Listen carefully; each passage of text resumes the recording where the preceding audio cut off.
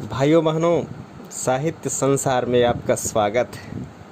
साहित्य अपने आप में अनूठी विषय वस्तु हुआ करती है। जयशंकर प्रसाद ने तमाम सारी कहानियों को लिखा। उनकी कलम से निःसृत छोटा जादूगर एक ऐसी कहानी है जो मर्म पर एक विशेष छाप डालती है। छोटा जादूगर का वाचन आपके समक्ष प्रस्तुत है। कार्निवाल के मैदान में बिजली जगमगा रही थी। हंसी और विनोद का कलनाद गूंज रहा था।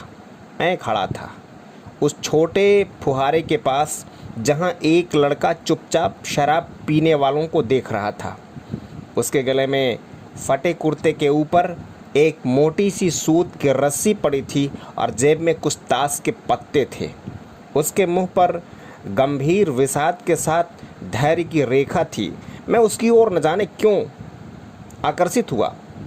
उसके अभाव में भी संपूर्णता थी। मैंने पूछा, क्यों जी, तुमने इसमें क्या देखा? मैंने सब देखा है। यहाँ चूड़ी फेंकते हैं, खिलौनों पर निशाना लगाते हैं, तीर से नंबर छेदते हैं।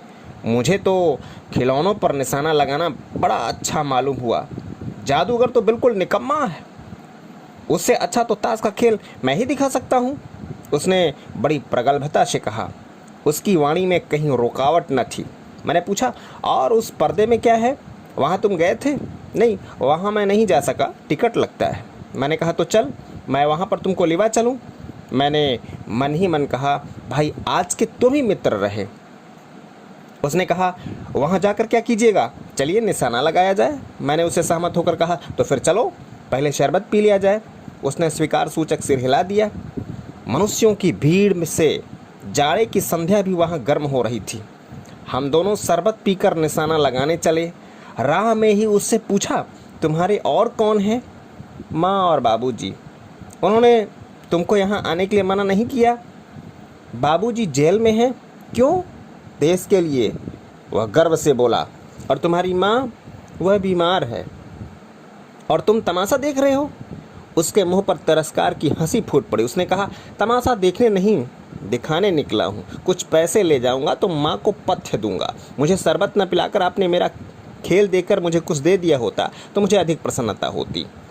मैं आश्चर्य से उस 13-14 वर्ष के लड़के को देखने लगा। हाँ, मैं सच कहता हूँ बाबूजी, माँ जी बीमार हैं, इसलिए मैं नहीं गया। कहाँ? जेल में। जब कुछ लोग खेल तमाशा देखते ही हैं तो मैं क्यों न दिखाकर माँ की दवा करूं और अपना पेट भरूं। मैंने दीर्घ निश्वास लिया। चारों ओर बिजली के लट्टू नाच रहे थे। वहाँ व्यग्र हो उठा। मैंने उससे कहा, अच्छा चलो निशाना लगाया जाए। हम दोनों उस जगह पर पहुँचे जहाँ खिलौनों को गेंद से गिराया जा रहा था। मैंने 12 टिकट खरीद कर उस लड़के को दिए। वह निकला पक्का निशानेबाज। उसका कोई गेंद खाली नहीं गया। देखने वाले दंग रह गए। उसने 12 खिलौनों को बटोर लिया, लेकिन उठाता कैसे? कुछ मेरी रुमाल में बंधे, कुछ जेब में रख लिए गए। लड़के ने कहा, बाबूजी आपको तमाशा दिखाऊंगा, बाहर आइए, मैं चलता हूँ। वह 9-2-11 हो गया। मैंने मन ही मन कहा, इतनी जल्दी आंख बदल गई। मैंने घूमकर पान की दुकान पर देखा। पान खाकर बड़ी देर तक इधर उधर टहलता देखता रहा। झूले के पास लोगों का ऊपर नीचे आना देखना। अकस्मात किसी ने ऊपर के हिंडोले से पुकारा, बाबूजी। मैंने पूछा, कौन? मैं हूँ छोटा जादूगर। कलकत्ते के सुरम्य बोटानिकल उद्यान में लाल कमलनी से भरी हुई एक छोटी सी झील के किनारे घने वृक्षों की छाया में अपनी मंडली के साथ बैठा हुआ मैं जलपान कर रहा था। बातें हो रही थीं। इतने में वही छोटा जादूगर दिखाई पड़ा। हाथ में 4 खाने की खादी का झोला, साफ जांघिया और आधी बाहों का कुर्ता। सिर पर मेरी रुमाल सूरत की रस्सी से बंधी हुई थी। मस्तानी चाल से झूमता हुआ आकर कहने लगा, बाबूजी नमस्ते, आज कहिए तो खेल दिखाऊं? नहीं जी, अभी हम लोग जलपान कर रहे हैं। फिर इसके बाद क्या गाना बजाना होगा बाबूजी? नहीं जी, तुमको क्रोध से मैं कुछ और कहने जा रहा था। श्रीमती जी ने कहा, दिखलाओ जी, तुम तो अच्छे आए, भला कुछ मन तो बहले। मैं चुप हो गया, क्योंकि श्रीमती जी की वाणी में वह माँ की सी मिठास थी जिसके सामने किसी भी लड़के को रोका नहीं जा सकता। उसने खेल आरंभ किया। उस दिन कार्निवाल के सब खिलौने उसके खेल में अपना अभिनय करने लगे। भालू मनाने लगा, बिल्ली रूठने लगी, बंदर घुड़कने लगा, गुड़िया का ब्याह हुआ, गुड्डा का वरकाना निकला। लड़के की वाचालता से ही अभिनय हो रहा था। सब हंसते हंसते लोटपोट हो गए। मैं सोच रहा था, बालक को आवश्यकता ने कितना शीघ्र चतुर बना दिया। यही तो संसार है। ताश के सब पत्ते लाल हो गए, फिर सब काले हो गए। गले की सूत की डोरी टुकड़े टुकड़े होकर जुड़ गई। लट्टू अपने से नाच रहे थे। मैंने कहा, अब हो चुका, अपना खेल बटोर लो, हम लोग भी अब जाएंगे। श्रीमती जी ने धीरे से उसे 1 रुपये दे दिया। वह उछल उठा। मैंने कहा, लड़के, छोटा जादूगर कहिए, यही मेरा नाम है, इसी से मेरी जीविका है। मैं कुछ बोलना ही चाहता था कि श्रीमती जी ने कहा, अच्छा, तुम इस रुपए से क्या करोगे? पहले भर पेट पकौड़ा खाऊंगा, फिर एक सूती कंबल लूँगा। मेरा क्रोध अब लौट आया। मैं अपने पर बहुत क्रुद्ध होकर सोचने लगा, ओह, कितना स्वार्थी हूँ मैं। उसके 1 रुपये पाने पर मैं ईर्ष्या करने लगा। वह नमस्कार करके चला गया। हम लोग लता कुंज देखने के लिए चल पड़े। उस छोटे से बनावटी जंगल में संध्या साएं साएं करने लग गई। अस्ताचलगामी सूर्य की किरण वृक्षों की पत्तियों से विदाई ले रही थी।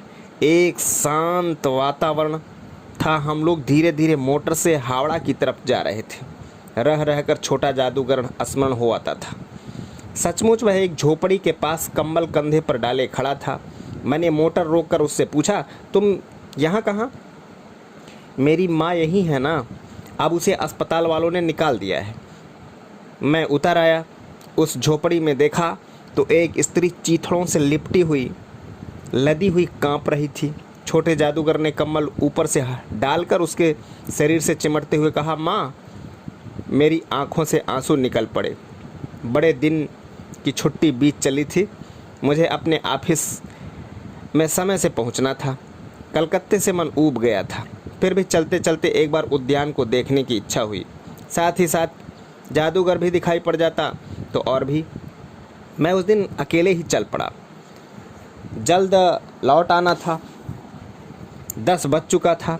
मैंने देखा कि उस निर्मूल धूप के सड़क के किनारे कपड़े पर छोटे जादूगर का रंगमंच सजा था।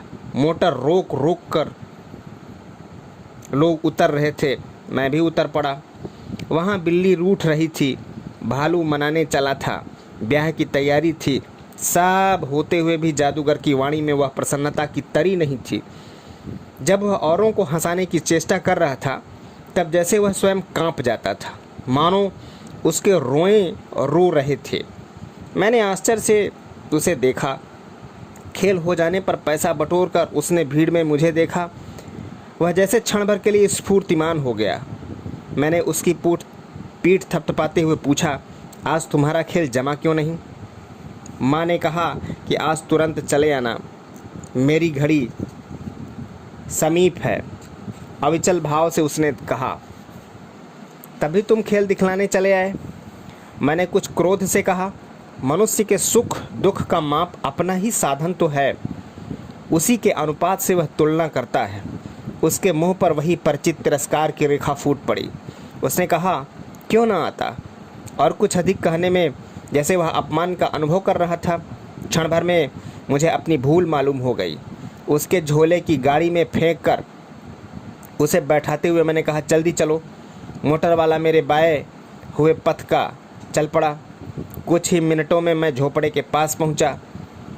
जादूगर दौड़कर झोपड़े में माँ माँ पुकारते हुए घुसा। मैं भी पीछे था, किंतु स्त्री के मुंह से बे निकल कर रह गया। उसके दुर्बल हाथ उठकर गिर गए। जादूगर उससे लिपटा रो रहा था। मैं स्तब्ध था। उस उज्जवल धूप में समग्र संसार जैसे जादू सा मेरे चारों ओर नृत्य कर रहा था और मेरी आंखें घूमी जा रही थी। जय हिंद, जय भारत।